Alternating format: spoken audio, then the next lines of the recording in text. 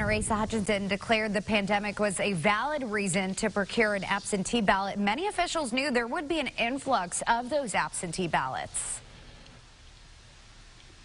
Pulaski County alone estimating around 10,000 absentee ballots could be processed. A group has filed a lawsuit hoping to make sure all of those votes are counted. Jay Burr spoke with the League of Women Voters about that today. Jay.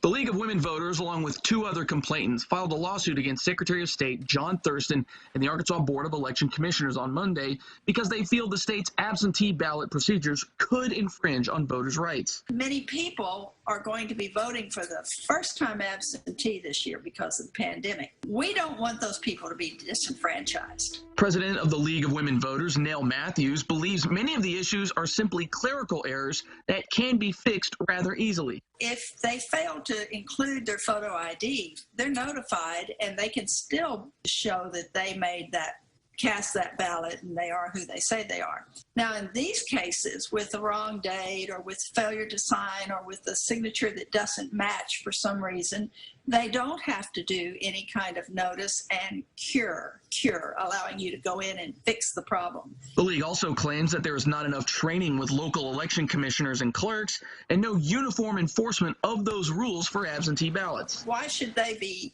put in that position where they have to say, nah, you don't get to vote? Matthews says there are similar procedures in other states such as Georgia and Virginia who have a notice and cure process. So this is not unprecedented and it's not onerous, we think, because they're already looking for photo IDs and asking for those to be brought back. Matthews says the league is of the position that they just want everyone's vote to be able to be counted. Every citizen who is entitled to vote needs to have the opportunity to vote.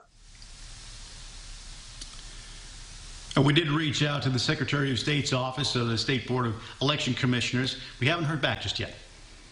In a time